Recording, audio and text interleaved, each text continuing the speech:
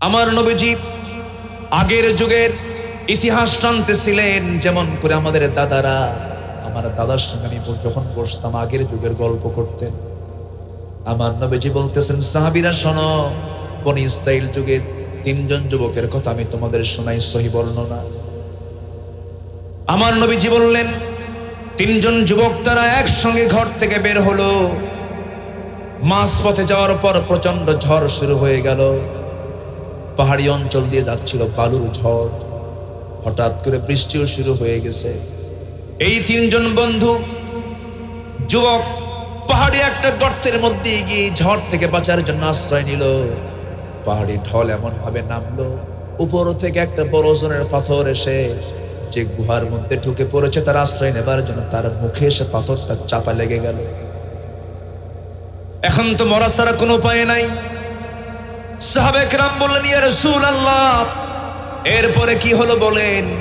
আমার নবীজি বললেন, সাহাবীরা শোনো, ওই 3 জন যখন আটকে গেল গুহার ভিতরে, চোখে পানি, নিশ্চিত মৃত্যু ছাড়া কোনো উপায় নাই। ওই মুহূর্তে এই 3 জন যুবক 3 দিকে বসে গেছে। এক যুবক দোয়া করে, আল্লাহ, জীবনে তেমন কিছু করতে পারে নাই, তবে একটা আমল আমি করেছি, সেটা হলো আমার কাছে একজন লেবার কাজ করতে এসেছিল। সেই শ্রমিক আমার কাছে কাজ করে সন্ধ্যার সময় আমার কাছ থেকে পাওনা নিয়ে যাবে, কিন্তু পাওনা দিতে পারি নাই। সে চলে গেছে, কিন্তু তার পাওনা টাকাটা আমি নষ্ট করি নাই। সেই টাকা দিয়ে একটা ছাগল কিনেছিলাম। সেই ছাগল থেকে আরো ছাগল হতে হতে ছাগল পাল হয়ে গেল। অনেকদিন পর যখন এসে আমার সামনে হাজির হলো, আমি তাকে শুধু টাকাই দেই নাই, তার আমানত স্বরূপ একটা ছাগল পাল আমি তার হাতে হস্তান্তর করে দিয়েছি। সুবহানাল্লাহ।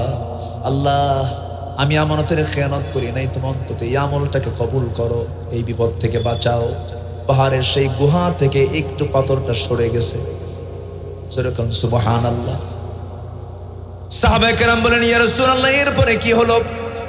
দ্বিতীয় যুবক আল্লাহর দরবারে প্রার্থনা করে বলছে, আল্লাহ, জীবনে তেমন কোন আমল করতে পারি নাই, তবে কোন এক রাতের আধারে আমি আমার চাচাতো বোনের বাসায় ঢুকলাম। ঘরের মধ্যে ঢুকলাম, আগের থেকে আমাদের কথাবার্তা চলতেছিল, ঘরের মধ্যে ঢুকে আমি জেনার কাজে লিপ্ত হয়ে যাব। কিন্তু আমার চাচাতো বোন হঠাৎ করে কেঁদে ফেলে বলছে, ভাই রে, তুমি এখানে, আমি এখানে, হয়তো ভাবতেছ আমার এখানে, তোমার এখানে আর কেউ নাই, কিন্তু আল্লাহ কিন্তু বড় সাক্ষী, আল্লাহকে ভয় করো, জেনা করো না। সেই কঠিন মুহূর্ত থেকে জেনার কাজ বাদ দিয়ে তোমার ভয়ে সেই জায়গা থেকে উঠে এসেছি। আল্লাহ, তোমার ভয়ে তো উঠে আসছে, এই বিপদ থেকে বাঁচাও। সেই গর্তের মুখ থেকে, গুহার মুখ থেকে পাথর আরেকটু সরে গেল। আরেকজন যুবক আল্লাহর দরবারে প্রার্থনা করে বলতেছে, আল্লাহ, জীবনে তেমন কোন আমল করতে পারি নাই, তবে ওই রাতের কথা আল্লাহ তোমাকে বলি, যে রাতে, অনেক রাতে বাড়িতে ফিরলাম আমি, আমার স্ত্রী আমার হাতে, আমি পরিষ্কার হয়ে যখন বসে আছি, আমার হাতে 1 গ্লাস দুধ, গরম দুধ আমার হাতে দেওয়া হলো। সেই দুধটা আমি খেলাম না, সন্তানও খেতে চাইল, আমি তাকেও দিলাম না। মার কথা মনে হয়ে গেছে। মার দরজায় গিয়ে দেখি মা ঘুমানো। মার শিওর আমি দাঁড়ায় দাঁড়ায় গোটা রাত কাটায়া দিয়েছি। মা যখন ঘুম থেকে উঠে গেছে, মাকে আমার কোলের মধ্যে নিয়ে মাকে আমি দুধটা খাওয়াইয়া দিয়েছিলাম। আল্লাহ, এতটুকু খেদমত যদি মার করে থাকি, তোমার যদি পছন্দ হয়, এই বিপদ থেকে তুমি আল্লাহ আমারে বাঁচায়া দাও। পাহাড়ের মুখ থেকে গোটা পাথর সরে গেল। এই 3টা যুবক এই বিপদ থেকে আল্লাহ তাআলা তাদেরকে বাঁচায়া দিলে। জোরে বলি সুবহানাল্লাহ, আরো জোরে বলি সুবহানাল্লাহ। আমানতের খেয়ানত আমরা করব না, এটি ইমানদারের কাজ। যুবকরা কোনো জিনার কাছে যাবা না, যৌবনটাকে কন্ট্রোল করবা। হারাম কাছে যাবা না, হারাম রিলেশন করবা না, বিবাহ পূর্ব কোনো অবৈধ সম্পর্ক গড়বা না, এর মধ্যে কোনো বরকত পাবা না, অসুস্থ হয়ে যাবা, রোগাক্রান্ত হয়ে পড়বা। এই সমস্ত কাজগুলো করলে পরে অন্তত তোমার ওরস থেকে বড় আল্লাহওয়ালার কোনো জন্ম হবে না। ভালো ভালো ভালো ফল পেতে হলে প্ল্যানটা ভালো রাখতে হবে। অবৈধ কোনো সম্পর্ক করা যাবে না, হারাম কোনো রিলেশন করবা না। ওয়ালা মুত্তাখিদি আখদান ওয়ালা মুত্তাখিদাতি আখদান, গোপন গোপন কোনো কথা বলা যাবে না, কারো ইনবক্সে ঢোকা যাবে না, মেসেঞ্জারে চ্যাট করা যাবে না, হোয়াটসঅ্যাপ, ইমো, লাইন, ভাইবার এই সমস্ত অপকর্মের হোতাগুলো কোনো অপর নারীর জন্য পর নারীর জন্য ইউজ করবে না। এই সমস্ত যদি বিষয়গুলো আল্লাহকে সাক্ষী রেখে চলতে পারো, আল্লাহ তোমাকে তোমার জন্য 8টা জান্নাত খুলে দিবেন। জোরে কোন সুবহানাল্লাহ। আল্লাহ বলছেন, যুবক তুমি কি জানো, তুমি যদি আমার ভয়ে যদি ইবাদত করতে পারো, তুমি কি জানো আমি তোমাকে আমার আরশ আজিমের ছায়া আমি তোমাকে জায়গা দিয়ে দেব। সাবআতু ইয়াযিল্লুহুমুল্লাহু ফি যিল্লিহি ইয়াউমা লা যিল্লা ইল্লা যিল্লুহু, ইমামুন আদিল, রাজুলুন কলবুহু মুআল্লাকুন বিল মাসাজিদ, শাবুন নাশা ফি ইবাদাতিল্লাহ। আল্লাহু আকবার বলেন। আমার ভাইয়েরা,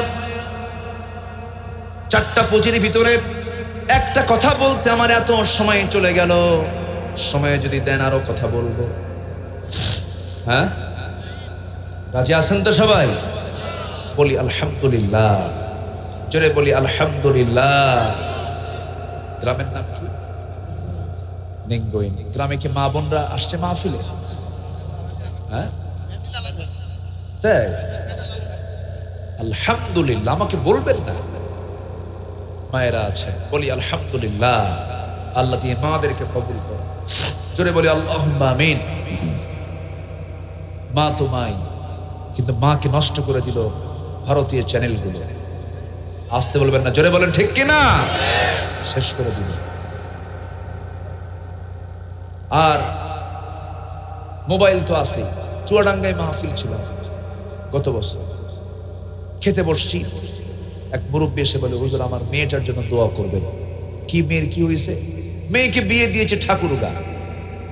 তো বললাম, বাড়ি আপনারা চুয়াডাঙ্গা, বিয়ে দিলেন ঠাকুরগা, এত দূরে দিলেন কেমনে? ঘটককে। হুজুর মোবাইল। ঘটককে মোবাইল। বললাম মোবাইল কিনে দিলেন কেন? হুজুর অনলাইনে ক্লাস করে, সায়েন্সের ছাত্র, ভালো দেখে একটা সেট কিনে দিল। কিন্তু ও যে আরেকটা অনলাইন খুলছে তা তো জানি না। তাহলে সন্তানের শুধু বাপ হলে চলবে না? খেয়াল করার দরকার আছে। কি খেয়ালের দরকার আছে না নাই?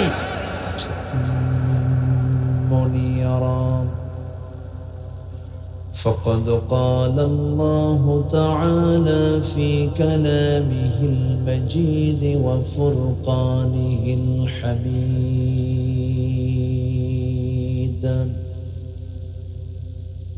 أعوذ بالله من الشيطان الرجيم.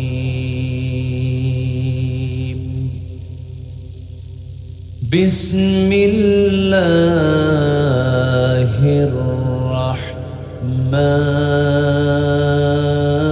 الرحمن الرحيم.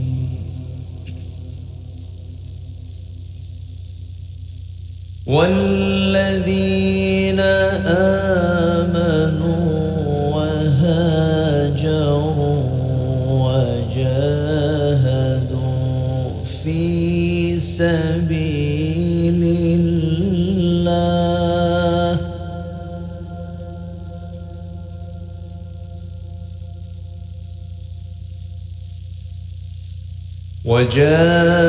وجاهدوا في سبيل الله والذين آووا ونصروا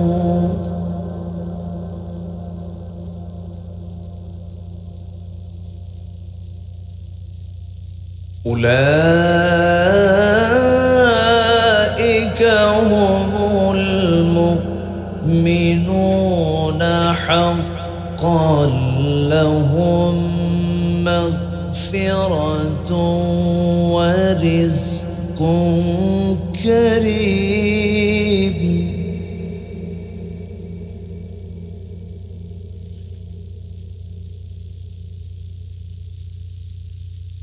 والذين آمنوا من بعد وهاجروا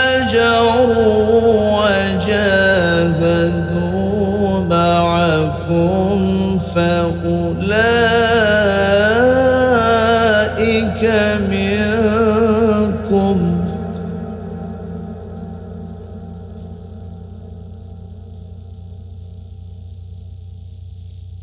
وأولو الأرحام بعضهم أولى ببعض في كتاب الله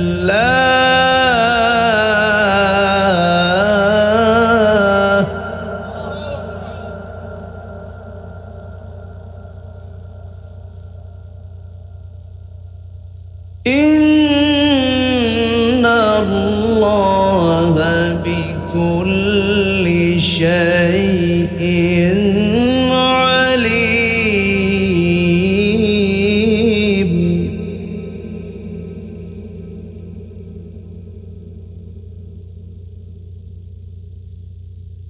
الله أكبر. بسم الله الرحمن الرحيم.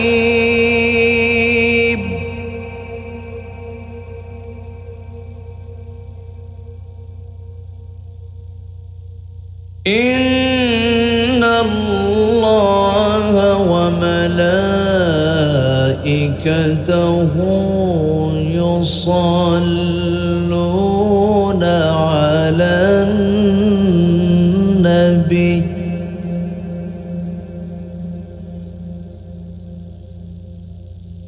يا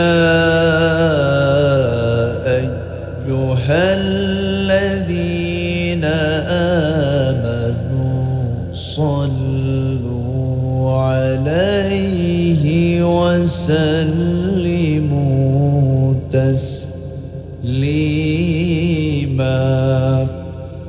اللهم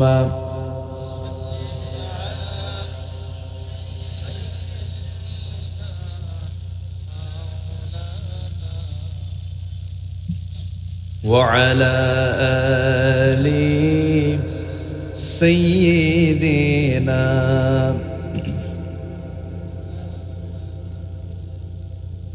একটু মোহাব্বত দিয়ে নবীর প্রেমে মাতোয়ারা হয়ে জবান খুলে আওয়াজ দিয়ে সবাই বলুন আল্লাহুম্মা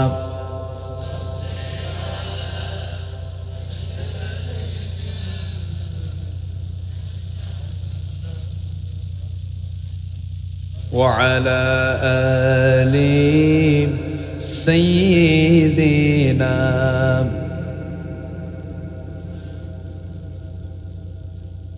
সবাই বলুন বালাগাল উলা বিকামালিহি কাশাফাত তুজা বিজামালিহি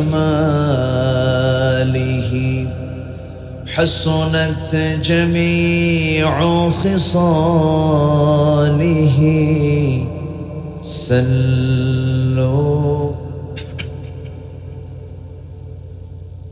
سراج الملة تنهي فخر دو عالم دلبار مولاه شريف الأنبياء نسخا كل أديان دثره بلغ العلا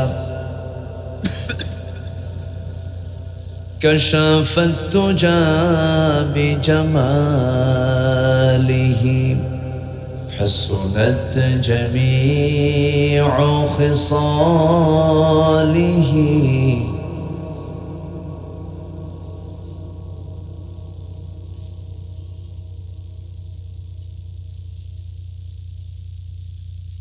রাজশাহী অঞ্চলের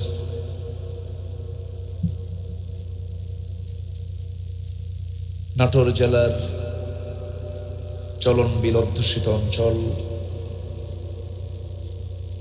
সিংড়ার নিঙ্গইর উত্তরপাড়া এলাকাবাসী মাহফিল ইন্তেজামি কমিটি কর্তৃক আয়োজিত 18তম তাফসীরুল কোরআন মাহফিল 2024 2 মার্চে অনুষ্ঠিত আজকের এই মহৎ আয়োজনের সম্মানিত সুযোগ্য সভাপতি, সম্মানিত সাহেবে সদর জনাব আলহাজ জান্নাতুল ফেরদাউস আজকের মাহফিলের বরেণ্য অতিথিবৃন্দ, বিশেষ করে আমার পূর্বে কথা বলেছেন নিঙ্গইন উত্তরপাড়া জামে মসজিদের সম্মানিত খতিব হাফিজ মাওলানা আব্দুল মুমিন সাহেব, উপস্থিত হাজারাত উলামায়ে কেরাম, ফদলায়ে ইজম, সুশীল সমাজ, জাতির শ্রেষ্ঠ সন্তান, শিক্ষক মণ্ডলী, আজকের মাহফিলের প্রধান আকর্ষণ যাদেরকে নিয়ে আজকের এই সাজানো গোছানো বর্ণাঢ্য আয়োজন, তাওহীদের পতাকাবাহী, কালেমার ঝান্ডাবাহী, দ্বীন ইসলামের নরসারদুল বীর মুজাহিদ, প্রাণ প্রিয় সম্মানিত দ্বীনী ভাইরা, আড়ালে বসে আছেন শ্রদ্ধেয়া সম্মানিতা মা বোনেরা। আলোচনার সূচনায় আনুষ্ঠানিকতার মধ্য দিয়ে আমার পক্ষ থেকে আবারও দিল খোলা সালাম, আসসালামু আলাইকুম ওয়া রাহমাতুল্লাহি ওয়া বারাকাতুহু। সালামের জবাব একটু ভিজা ভিজা বলে হলো, আসসালামু আলাইকুম ওয়া রাহমাতুল্লাহি ওয়া বারাকাতুহু। সবাই কেমন আছেন? যে আমাকেও প্রশ্ন করে ফেলেছেন, আল্লাহ তাআলা আমাকে তো আপনার মতোই রেখেছেন। বলছি আলহামদুলিল্লাহ। আমার পূর্বের মেহমান, তিনি অত্যন্ত চমকপ্রদ, দলিল নির্ভর, অত্যন্ত মুক্ত সদৃশ, খুব দামি দামি কথা তিনি বলছিলেন। শেষ সময়ে এসে কিছু কথা বলতে চাচ্ছি, আমাকে সময় দেওয়া যাবে তো? এখানে আমাকে আপনাকে আসার সুযোগ কে করে দিয়েছেন? সেই মহান রবের শানে বলছি আলহামদুলিল্লাহ। সবাই বলছে আল্লাহুম্মা ইন্নী আসআলুকা আল হুদা ওয়াত তুকা ওয়াল আফাফা ওয়াল গিনা। সবাই বলি আল্লাহুম্মা লাকা আসলামতু ওয়া বিকা আমানতু ওয়া আলাইকা তাওয়াক্কালতু ওয়া ইলাইকা আনাবতু ওয়া বিকা খাসামতু। আমরা আল্লাহ তাআলার শুকর আদায় করে নিলাম। সম্মানিত উপস্থিতি, আমি তো প্রথমে হতাশ হয়ে গিয়েছিলাম, মানুষজন কোথায়, কিন্তু আপনারা যে এইরকম চালাক তা তো বুঝিনি। মানুষ কি মাহফিল এরকম শেষে আসে?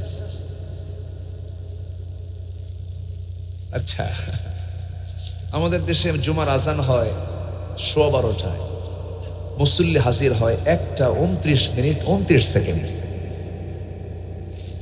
খুব সময় সচেতন তো সবাই।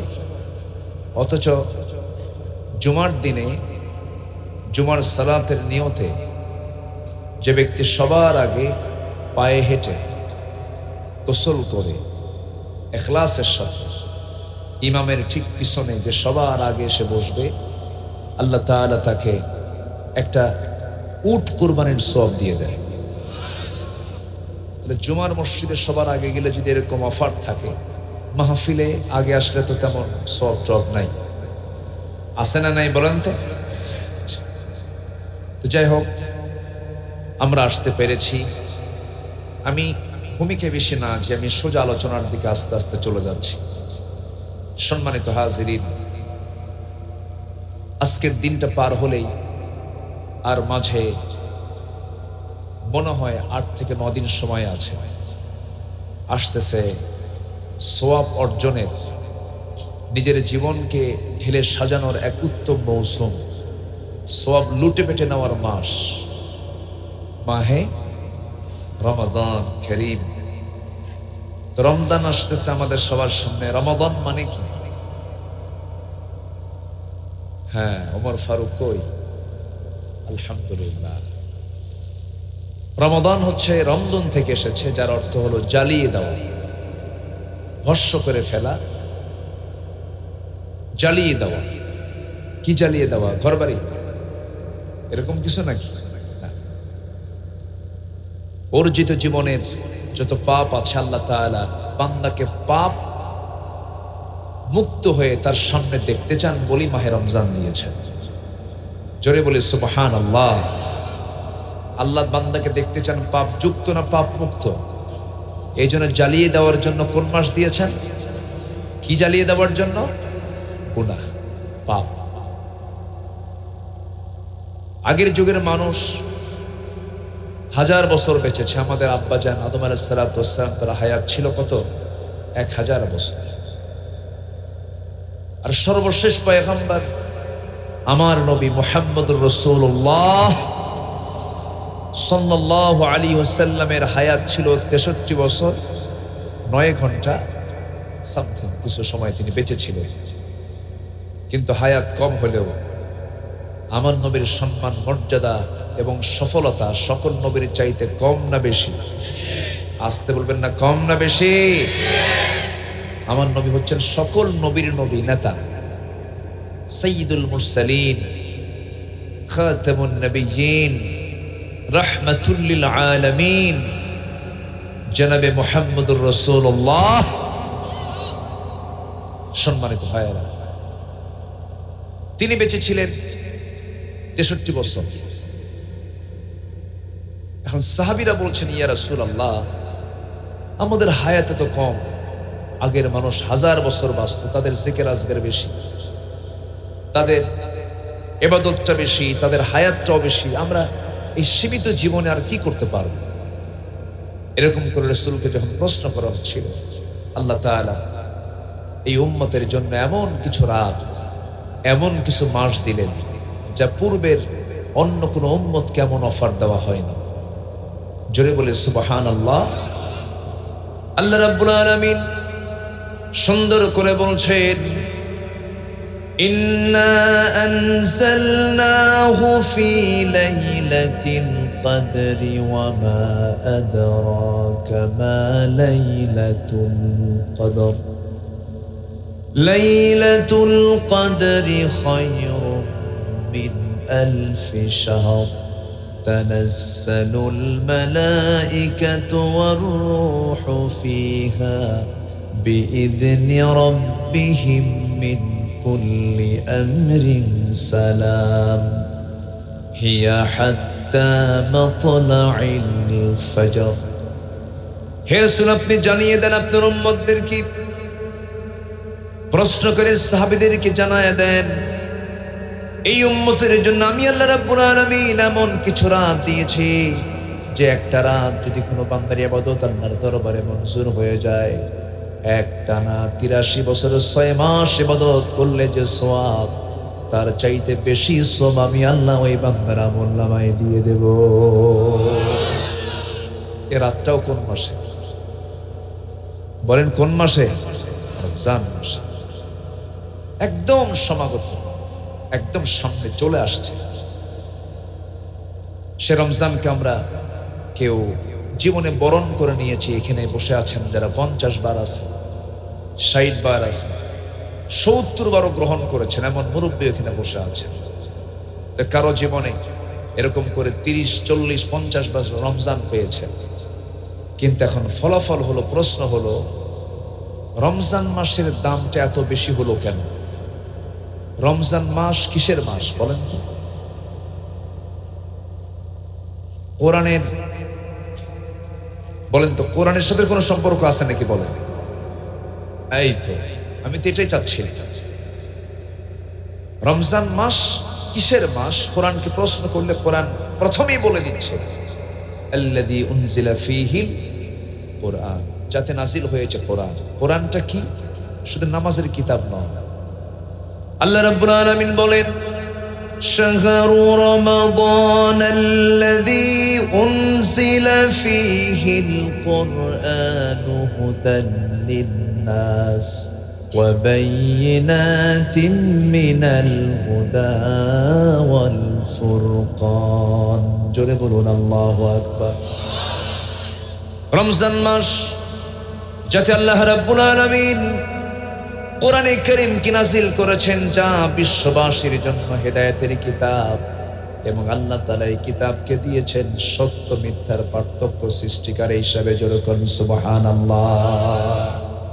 কোনটা হক আর কোনটা বাতিল, কোনটা আল্লাহর দল আর কোনটা শয়তানের দল, কোনটা হারাম আর কোনটা হালাল, কোনটা বৈধ আর কোনটা অবৈধ, কোনটা লেজিটিমেট কোনটা প্রহিবিটেড, কোনটা আমার জন্য জায়েজ কোনটা আমার জন্য না জায়েজ, সব কিছুর ফয়সালা কোন কিতাবে?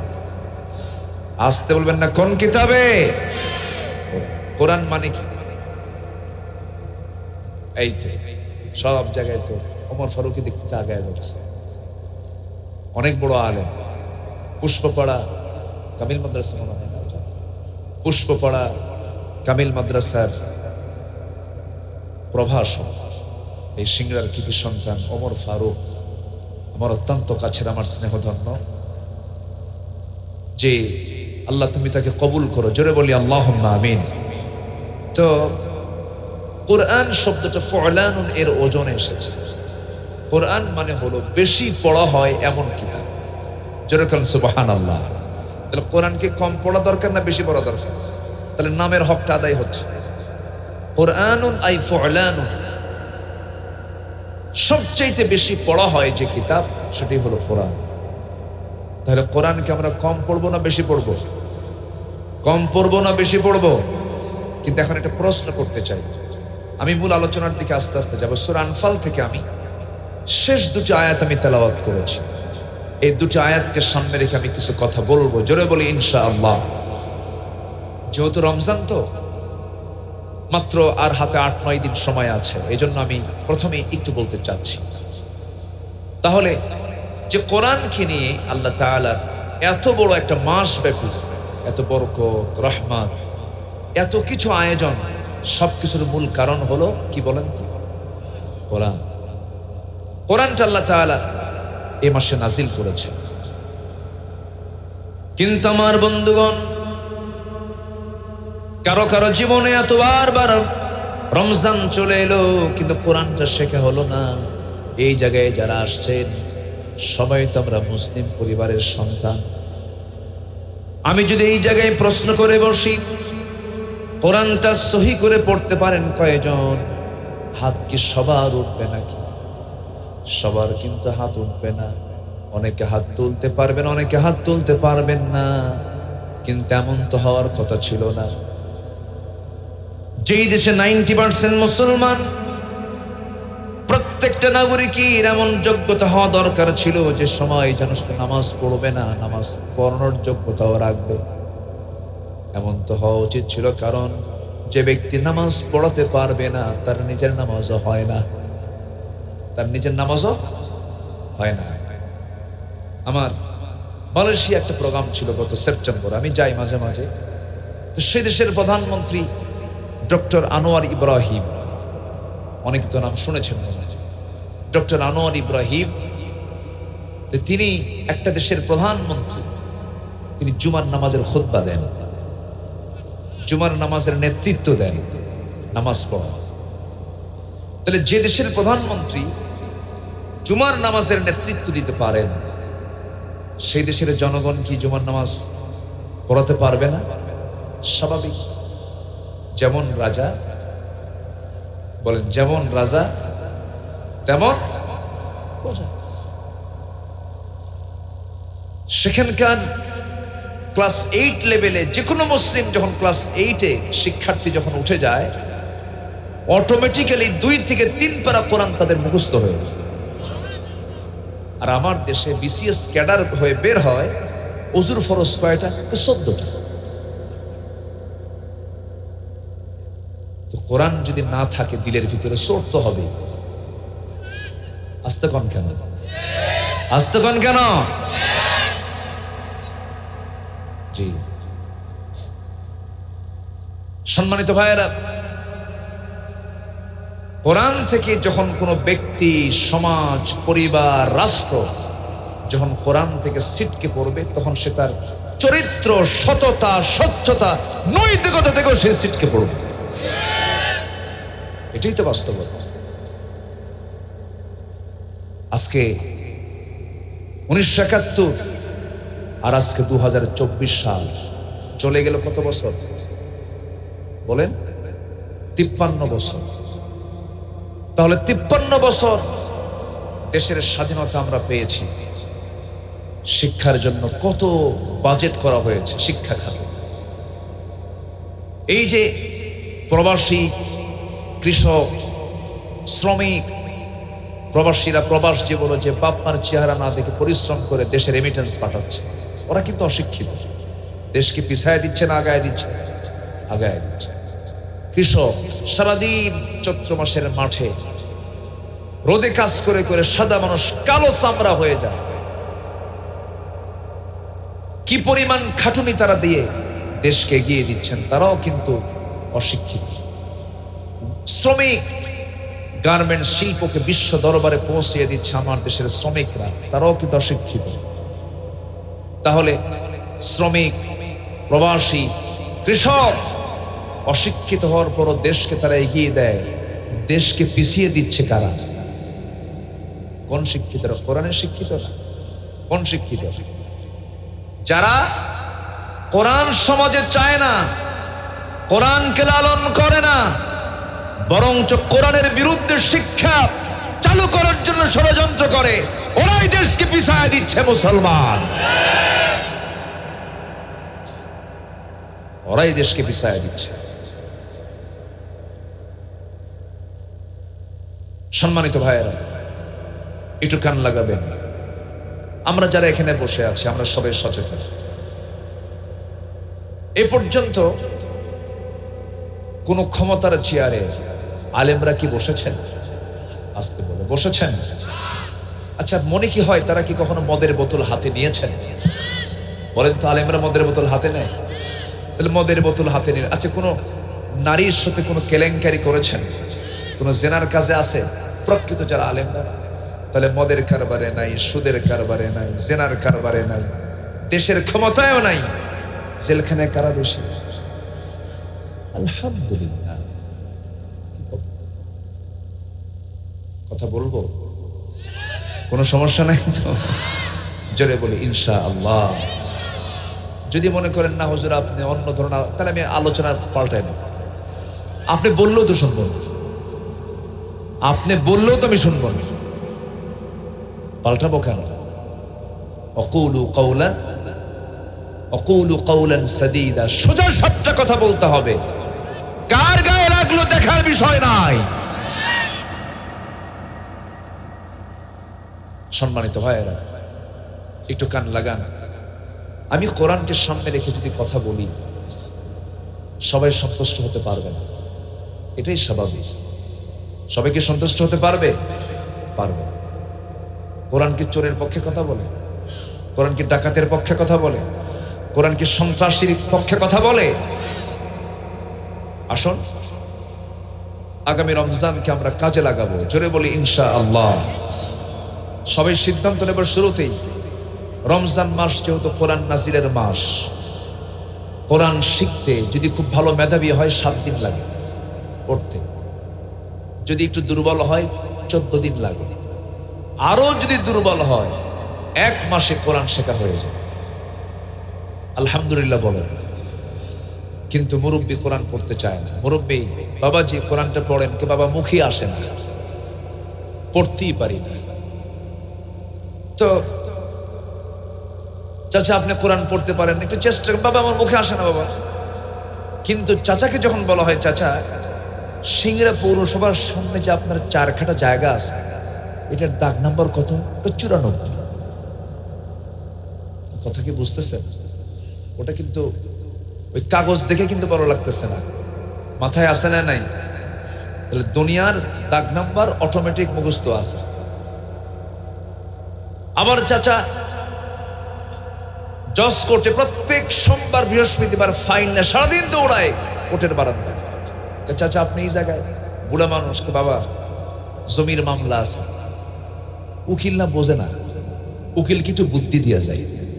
তাহলে উকিলকে বুদ্ধি দেওয়ার জ্ঞানও আছে, দাগ নম্বরও মুখস্থ আছে, কিন্তু কোরআন মুখে আসে না। কোরআনটা মুখে আসে না। তাহলে কি সমস্যা কি? আসলেই তার সমস্যা, না সমস্যা সৃষ্টি? সমস্যা সৃষ্টি। কোরআন কিন্তু কঠিন কোনো কিতাব নয়। আমি শুধু এতটুকু হলফ করে বলতে পারি, আমার যে মায়ের ভাষা বাংলা আছে, বাংলার সাহিত্য আছে, বাংলা যে গ্রামার আছে, এই বাংলার চাইতে হাজার হাজার গুণের সহজ আল্লাহ রাব্বুল আলামিন কোরআনকে করে দিয়েছে। হাজার গুণের সহজ এই কোরআনের ভাষা, আরবি ভাষা। জোরে বলি আলহামদুলিল্লাহ। বাংলা ভাষা সহজ, খুব কঠিন। নদিয়া থেকে বাংলার উৎপত্তি হয়েছে, রাজশাহীতে এসে তালিবুর স্বর বিদায় হয়ে গেছে। সালাম দিতে পারে না, কার সালামু আলাইকুম, আগে সালায়ার পুরো দুলাভাই। রাজশাহীতে নাই এটা। আবার রংপুরে র পাবেন না, সিরাজগঞ্জ তন্ত স পাবেন না। ওইদিকে আবার চলে যাবেন নোয়াখালীর দিকে প পাবেন। সেই দিন বাপ বেটা, আমি এক মাহফিলে কিছু ওয়াজ করতে, রাত্রে ঘুমাবো, ছোট্ট ছেলে ঘুমাচ্ছে না, বাপ এখন খেপে গিয়ে বলতেছে, ঘুমানোর জন্য বলতেছে, মুতিয়াই হুতি যা, মুতিয়াই হুতি যা, মানে পেশাব টেশাব কইরা শুয়ে পড়ো, মুতিয়াই হুতি যা। তাহলে দেখেন একই দেশে, দেশটা একই না, কিন্তু ভাষাটার মধ্যে কত তফাৎ, কিন্তু এর মধ্যে মজা আছে না নেই বলেন তো? আচ্ছা, এই বাংলার মধ্যে কত টান কম বেশি আছে। এই বাংলার চেয়েও হাজার গুণে সহজ হচ্ছে আমার আল্লাহ তাআলার কোরআনের ভাষা, কবরের ভাষা, হাসরের ভাষা, জান্নাতের ভাষা। জোরে বলেন সুবহানাল্লাহ। আমার নবীর ভাষা।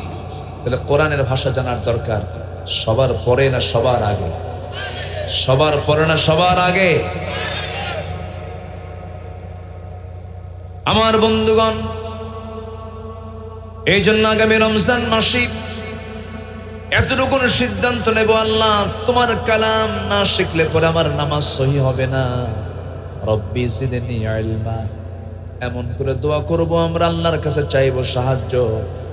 আমার আল্লাহ বলছেন, বান্দা তুই আমার দিকে আসার চেষ্টা করবি, ওয়াল্লাযীনা জাহাদু ফীনা লানাহদিয়ান্নাহুম সুবুলানা। যে বান্দা আমার পথে আসার চেষ্টা করে, আমি তার জন্য একটা রাস্তা নয়, সুবুল হলো সাবিলের বহু বচন, আমি আল্লাহ রাব্বুল আলামিন তাকে অসংখ্য রাস্তা সহজ করে দেই। যেরকম সুবহানাল্লাহ, রাস্তা আমি তার জন্য খুলে দেই। শর্ত হলো আমার পথে আসার চেষ্টা করতে হবে। তাহলে আগামী রমজান হবে কি শেখার রমজান? কি শেখার মাস হবে বলেন তো? এমন সিদ্ধান্ত কি এই নিঙ্গইন মাহফিল, এই ঈদগাহ মাঠ থেকে কি এই সিদ্ধান্ত নেওয়া যায়? সবাইকে নিতে পারবেন? এটা হাত তুলে দেখান তো, কারা কারা আগামী রমজান মাসে কোরআন পড়া শিখবেন? জোরে বলি ইয়া আল্লাহ, আরো জোরে ইয়া আল্লাহ। আমাদেরকে আগামী রমজানে তোমার কালাম, তোমার কোরআন সহিভাবে শেখার তৌফিক তুমি আল্লাহ দিয়া দাও। জোরে বলি আমিন, আরো জোরে আমিন। কষ্ট দিয়ে ফেললাম মনে হয়, হুজুর মাহফিলে এসে মাহফিলে এনে তো বাইন্দা ফেললেন না। আমি আপনাকে বাধি নাই, কোরআন আপনাকে শিখতে হবে। জানেন এই কিতাবের পাওয়ারটা কত? এত পাওয়ার এই কিতাবের, কিয়ামতের দিন হাসরের ময়দানে এই কিতাব আমার পক্ষে যাবে অথবা বিপক্ষে চলে যাবে। হুজ্জাতুল লাকা আও আলাইকা। কত কঠিন একটা মুহূর্ত সবার সামনে আছে না নাই বলেন তো? আছে। সেই দিন কোরআন আমার পক্ষে সাক্ষী হয়ে যাক, সবাইকে আমরা চাই না? এর জন্য সব শেখার আগে আমরা কি শিখবো? আসতে বলবেন না, কি শিখবো আমরা? কোরআন শিখবো। জোরে বলি ইনশাআল্লাহ। প্রথম আহ্বান আমি এটা জানালাম। সূরা আনফালের দিকে আস্তে আস্তে চলে যাচ্ছি। সম্মানিত ভাইয়েরা, প্রত্যেক রাতে, শেষ রাতের সময় শয়তান বান্দার কাছে ওয়াজ করতে আসে। আবার প্রত্যেক রাতে শেষ সময়ে আল্লাহ তাআলা বান্দাকে মাফ করার জন্য প্রথম আসমানে চলে আসে। জোরে বলেন সুবহানাল্লাহ। হাদিসটা আমি কয়েকদিন আগে পড়েছি, জাস্ট আমি এটাকে হঠাৎ করে মাথায় আসলো আমার। শয়তান কিন্তু ওয়াজ কম করে না। শয়তান তার দলকে ভারী করার জন্য প্রত্যেক রাত্রিবেলা শেষ রাতের সময় চলে আসে বান্দার কাছে, এসে বলে আলাইকা লাইলুন তাবিল, আলাইকা লাইলুন তাবিল, তোমার জন্য রাতটা অনেক গভীর, তোমার জন্য রাতটা অনেক গভীর, ঘুমাও। এইরকম করে করে বারবার ওয়াসওয়াসা দিতে থাকে এবং সাথে 3টা গিট মেরে দেয়, 3টা গিরা মেরে দেয়।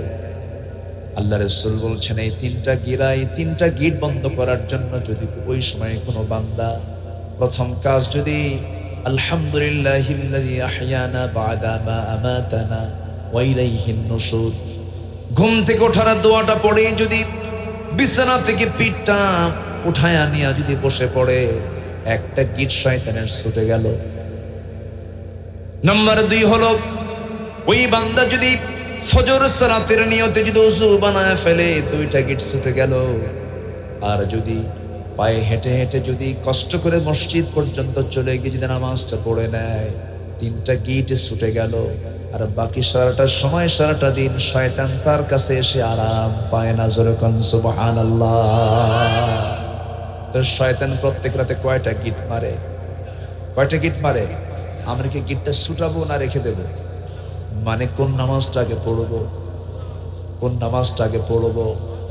জোহর নামাজ মুনাফিকও পড়ে, জোহর নামাজ মুনাফিকও পড়ে, আসর নামাজ মুনাফিকও পড়ে, মাগরিব মুনাফিকও পড়ে, কিন্তু মুনাফিক কখনো ফজর আর ইশার নামাজ পড়তে পারে না। এই জন্য মুনাফিকের নাম, মুনাফিকের তালিকা থেকে নামটা যদি আমরা কেটে নিতে চাই, আমরা রেগুলার লাগবো হলো ফজর আর এশা, আর বাকি নামাজ না পড়লেও চলবে নাকি? এরকম ভাবেন না, বা হুজুর তো সহজ বলেই দিল, এটা না। আমার বন্ধুগণ, আমি কিন্তু একটা একটা করে দায়িত্ব দিয়ে যাচ্ছি। কারো আমল নামা নিয়ে কেউ উঠবে না, নিজের আমল নামা নিয়ে নিজে উঠতে হবে। নিজের জান্নাতের চাবি নিজের হাতে বুঝে নিতে হবে। কার কাছ থেকে? আসতে বলবেন না, কার কাছ থেকে? সবাই কি জান্নাত পেতে রাজি আছে নাকি? সবাই জান্নাত পেতে রাজি আছি? জান্নাতের লাইনে থাকতে হবে না? টিকিট যদি আপনি জাহান্নামের কাটেন, তাহলে কি জান্নাত পাওয়া যাবে? জাহান্নামের টিকিট হলো সুদের কারবার, জাহান্নামের টিকিট হলো জিনার কারবার, জাহান্নামের টিকিট হলো মদের কারবার। এই সমস্ত অপরাধ বুঝি আমাদের দেশে নাই? আছে? আছে? তাহলে ওয়াজ করবো, কোনো সমস্যা নাই তো? আবারও বলছি, কোনো সমস্যা নাই তো? সমস্যা থাকলেও তো আমার বলতে হবে। সিংড়া উপজেলায় কোনো সুদের কারবার হয় না? প্রচুর। নাটোরে একটা হোটেলের নাম আছে প্রচুর, একটা হোটেলের নাম আছে না? দেখেন, আবার ওইদিকে নাটোরের কি গোল্লা, কাঁচা গোল্লা, এটা বিশাল। তো যাই হোক না, আপনি খাওয়ান নাই দেখে আপনি টেনশন করেন। আপনি চলন বিলেন অনেক মাছ খাওয়াইছে, বলি আলহামদুলিল্লাহ।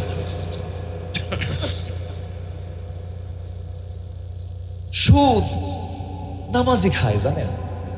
আমার দেশের কিছু নামাজিও সুদ খায়, হজ করে আসছে তাও খায়। আছে না নাই? হাজি হজ করে আসছে, হাজি না বললে মন খারাপ করে।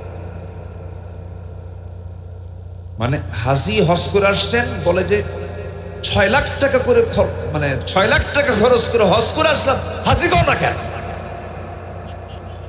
কি ঠিক কিনা? হাজি নাম বাদ দিলে মন খারাপ। তো উনি যে সুদ খান, এর নাম বলা উচিত। আলহাজ বিশিষ্ট সুদখোর, তাকে লিখতে দেয়? যে সুদ খায় তাকে লিখতে দেয়? ও নিজেও জানে সুদ একটা অকাম, ও নিজেও জানে। এই জন্য নিজের নামের আগেও সে সুদখোর লাগাতে চায় না, লিখতে চায় না। বড় আফসোস। সুদটা এত ভয়ঙ্কর, 1000 বছর ওয়াজ করে আপনি সুদ বন্ধ করতে পারবেন, কিন্তু ওয়াজ করতে হবে, নাসিহা করতে হবে, করার জন্য জায়গা মতো যাকাত ভিত্তিক অর্থনীতি চালু করে সুদকে বন্ধ করতে হবে। এমন জায়গা আছে না নাই? আসতে বলবেন না, আছে না নাই? রসুল কি মক্কার জীবনে এরকম জায়গা পাইছিলেন? মক্কায় পাইছিলেন? পাইছেন কোথায় গিয়ে? মদিনা। তৈরি করে নিয়েছেন পরিবেশ। উনি বিদায় হজের ভাষণে বলেন, আজ থেকে সুদকে রহিত করা হলো। আমার চাচা আব্বাস তারটা আগে রহিত করা হলো।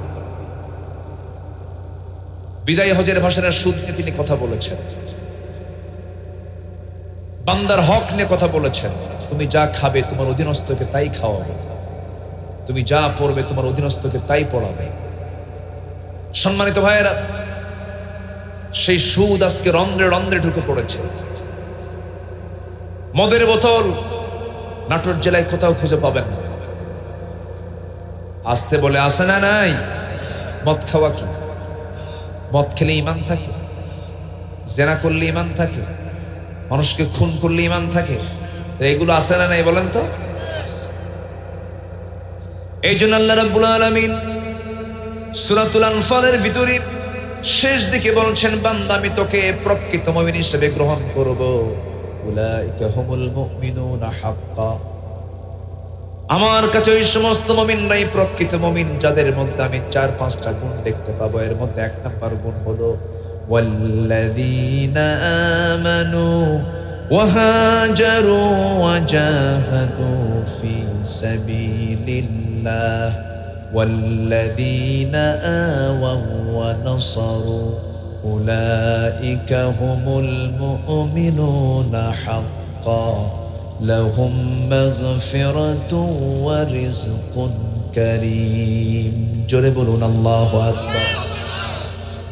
মাহফিল কমিটি কত সচেতন দেখেন, কি যেন নিয়ে যাচ্ছে এগুলো।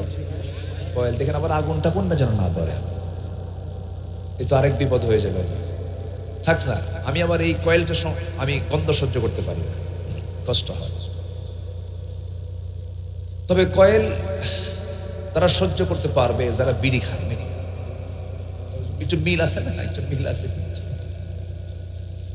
হাই রে, বিড়ি খায়, সারাদিন রোজা থাকে, সন্ধ্যার পরে দোকানদারের সামনে গেলে শোনো সারা দিনটা পার করছে আর পারতিস না, দাও। আছে না নাই? রোজা রেখে লাভটা হলো কি বলেন? বিড়ি খোর হয়ে যায়। সকল নেশা থেকে আল্লাহ তাআলা এই জাতিকে হেফাজত করুন। জোরে বলি আমিন। আমার দিকে তাকান। এই জন্য আল্লাহ তাআলা বলছেন, আমি তোমাকে ইমানদারের সার্টিফিকেট দেব। প্রকৃত মুমিন তারাই, টাটকা মুমিন তারাই। 1 নম্বরে যারা ভালো করে যারা ঈমান আনছে। কি করে ঈমান আনছে? ভালো করে ঈমান আনছে। দুর্বল ঈমান না, মজবুত ঈমান যারা এনেছে, বলি আলহামদুলিল্লাহ। হয়তো আপনি মনে মনে বলবেন, হুজুর আপনি 1 নম্বর যে গুণের কথা বলেন ঈমান আনা, ঈমান তো আমার আছে। একটা প্রশ্ন আমি করতে চাই, বলুন তো সবাই, আমরা ঈমান এনেছি না পেয়েছি? বলেন, আমরা ঈমান এনেছি না পেয়েছি? পেয়েছি। দাদার নাম মুজাহিদুল ইসলাম, বাবার নাম শহীদুল ইসলাম, নিজের নাম হলো শরীফুল ইসলাম। 3 ইসলাম, 3টা পর্বে 3টা, দাদার কাল, বাবার কাল, নিজের কাল, সবার নামে শেষে ইসলাম আছে। আমি কেন মুসলমান হব না? এই সিস্টেম অনুযায়ী বৌদ্ধের ছেলে বৌদ্ধ হতে পারে, খ্রিস্টানের ছেলে খ্রিস্টান হতে পারে, ইহুদির ছেলে ইহুদি হতে পারে, ব্রাহ্মণের ছেলে ব্রাহ্মণ হতে পারে, কিন্তু মুসলমানের সন্তান মুসলমান হতে পারে না যতক্ষণ না তার মধ্যে ইসলাম না থাকে। ইসলাম থাকতে হবে। ইসলাম আছে সে মুসলিম, ইসলাম নাই সে মুসলিম হতে পারে। আমার দেশে বহু মুসলিম নামধারী নাস্তিক আছে, আছে না নাই? ইসলামকে নিয়ে মাঝে মাঝেই বাজে বাজে কটূক্তি করে, বাজে বাজে কথাগুলো বলে। ওরা বলুক, হয়তো এখন কোনো কিছু হচ্ছে না, তবে এমন একটা দিন আসবে এই নাস্তিকের বাচ্চা পালানোর জন্য একটা গর্ত খুঁজে পাবে না। আসবে না? দিন আসবে না? ইনশাল্লাহ দিন আসবে না? আসবে। জোরে বলে ইনশাআল্লাহ আসবে। দিন আসবে না কেন? হকের বিজয় কে দিবেন? আস্তে হতে হকের বিজয় কে দিবেন? হকের বিজয় আল্লাহ দিবেন। কিন্তু আমাদের কিছু গুণ অর্জন করতে হবে। নাম্বার 1 হলো ভালো করে ঈমান আনতে হবে। ঈমানদার কি সুদ খায়? ঈমানদার কি জেনা করে? ঈমানদার কি মদের বোতল নেয়? ঈমানদার তো এগুলো কাজ করার কথা নয়। ঈমানদার কি করবে? আল্লাহ রাব্বুল আলামিন বিভিন্ন জায়গায় ঈমানদারদের কথা বলেছেন। সূরা আহজাব দেখেন, সূরা নূর দেখেন, সূরা হুজুরাত গুলো দেখেন। ঈমানদারদের গুণগুলো আল্লাহ রাব্বুল আলামিন তুলে ধরেছেন, এক জায়গায় সুন্দর করে বলছেন। যারা পারেন ঠোঁট মিলিয়ে বলুন, قد أفلح المؤمنون الذين هم في صلاتهم خاشعون والذين هم عن اللغو معرضون والذين هم للزكاة فاعلون والذين هم لفروجهم حافظون إلا على أزواجهم أو ما ملكت أيمانهم فإنهم غير ملومين فمن ابتغى وراء ذلك فأولئك هم العادون والذين هم لأماناتهم وعهدهم راعون والذين هم على صلواتهم يحافظون أولئك هم الوارثون الذين يرثون الفردوس هم فيها خالدون জোরে বলুন আল্লাহু আকবার। ঈমানদাররা কি করবে? 1 নাম্বার, নামাজটা সুন্দর করে আদায় করবে। নাম্বার 2, বেহুদা কথা মুখ থেকে বের করবে না, অনর্থক কোনো কথা মুখ থেকে কখনো উচ্চারণ করবে না। ঈমানদার কথা বলবে আগে না চিন্তা করবে আগে? বলেন বলেন বলেন বলেন। ঈমানদার কি চিন্তাশীল হবে না চিন্তাহীন হবে? চিন্তাশীল হবে। কথা আগেই বলবে না, চিন্তা করবে আগে। কারণ কথা এমন ভয়ঙ্কর একটা বিষয়, কথার মধ্য দিয়ে বিয়ে অনুষ্ঠিত হয়, আবার কথার মধ্য দিয়ে বিয়ে ভঙ্গ হয়ে যায়। মানুষের জবানটা এমন একটা জিনিস। এই জন্য আমার নবীজি সুন্দর করে মাঝে মাঝে বলতেন, ফালিয়াকুল খায়রান আও ইয়াসমুত। সে যদি ঈমানটাকে টিকে রাখতে চায়, সে যদি কোনো ঈমানটাকে মজবুত রাখতে চায়, তাহলে সে উৎকৃষ্ট কথা বলবে। আর যদি কথা না থেকে চুপ থাকবে, চুপ থাকাটাও তার নাজাতের কারণ হয়ে যাবে। কিন্তু আমার বন্ধুগণ, পুরুষ মানুষ বেশি কথা বলে না, মহিলা মানুষ বেশি কথা বলে? ভালো করে কর। পুরুষ বেশি না মহিলা বেশি? পুরুষ মানুষ সারাদিনে 2000 শব্দ কথা বলে, আর নারী সারাদিনে 5000 শব্দ কথা বলে। কয় হাজার বেশি? এখন সমাজ চলছে পুরুষ দিয়ে না নারী দিয়া। আর কথা বেশি হলে ভুল কম হয় না বেশি হয়? রাগ করতেছেন? রাগ করতেছেন? পুরুষ সিনিয়র না মহিলা সিনিয়র? আপনাদের ভাবসাব দেখে মনে হচ্ছে তো একটু উল্টা পাল্টা। হ্যাঁ বলেন তো, সিনিয়র কে পুরুষ না মহিলা? জুনিয়র কে? মহিলা। আদম সিনিয়র না জুনিয়র? হাওয়া জুনিয়র। যদি জুনিয়র, এখন সমাজ রাষ্ট্র সব চলছে এখন জুনিয়র দিয়া না সিনিয়র দিয়া? তাহলে সিনিয়র জুনিয়র, জুনিয়র সিনিয়র। আলহামদুলিল্লাহ।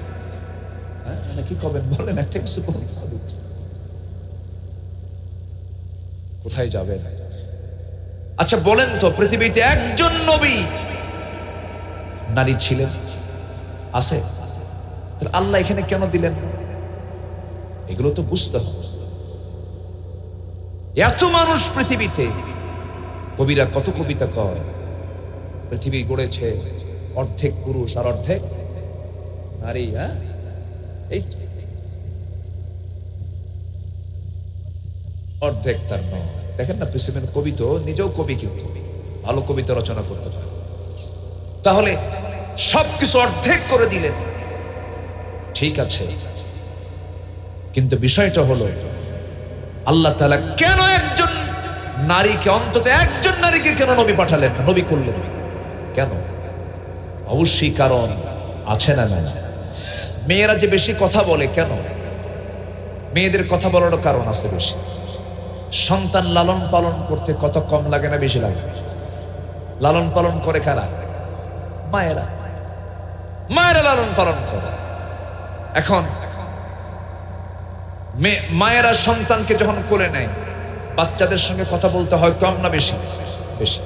একটা কথা বারবার বলতে, বাবা ঘুমাও, বাবা ঘুমাও, ও বাবা, ও বাবা, সারাদিন আদর করে না? মায়েদের কাজই তো এই, একটা কথা বারবার বলতেছে, কোনো ক্লান্তি নেই। যদি ওই বাচ্চাটা আপনার কোলে দেওয়া হয়, যদি বলা হয় তুমি আজকে একটু করে দেখো, আপনি বলবেন বাবা থাম, থাম বাবা থাম, বাবা থাম, থাম। কি আমি কি ভুল বলতেছি? খালি কি থাম না, আসারও খাইছে? আসারও খাইছে। তাহলে আল্লাহ তাআলা মেয়েদেরকে কেন কথা বেশি বলায় দিলেন? কারণ হলো কথা বেশি না বললে তার ডিপার্টমেন্ট অচল হয়ে যাবে। তার ডিপার্টমেন্ট হলো সন্তানকে দেখা, লালন পালন করা, ওদেরকে ধীরে ধীরে সুন্দর করে বড় করা। কিন্তু মেয়েরা সন্তান বড় করে, কিন্তু সাথে সিরিয়ালগুলো দেখে দেখে রাত 3টা বাজায়। কি কথা বোঝেন না আপনারা? কথা বুঝতেছেন না?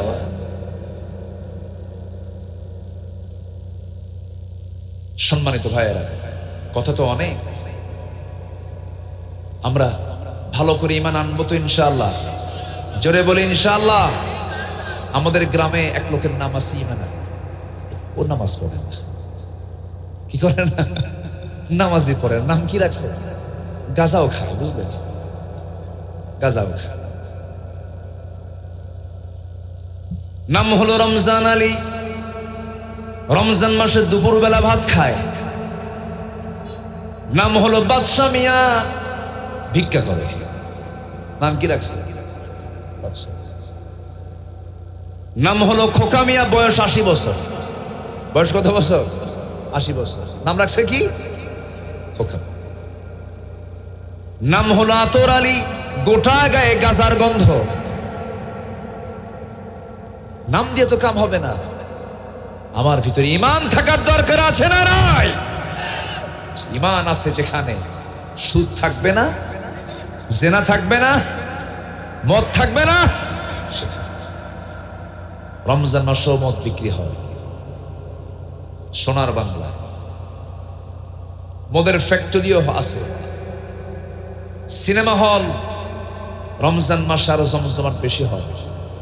ঈদের আগে বলে পবিত্র ঈদুল ফিতর উপলক্ষে আসিতেছে, খাইছি তো কি আছে না? চিন্তা করে সেই সিনেমা হল আবার উদ্বোধন হবে। হুজুরকে কিছু আছে, হুজুরও আছে, আবার ডাক দেয়, হুজুর একটু দোয়া করে দেয়। দোয়া করে, আল্লাহ এই সিনেমা হলের বরকত দিয়ে দাও। আছে কি এরকম হুজুর আমার দেশে আছে না নাই? বিচিত্র। আমার দেশে হুজুর কয়েক প্রকার। একটা হলো সরকারি, একটা হলো তরকারি, আরেকটা হলো দরকারি।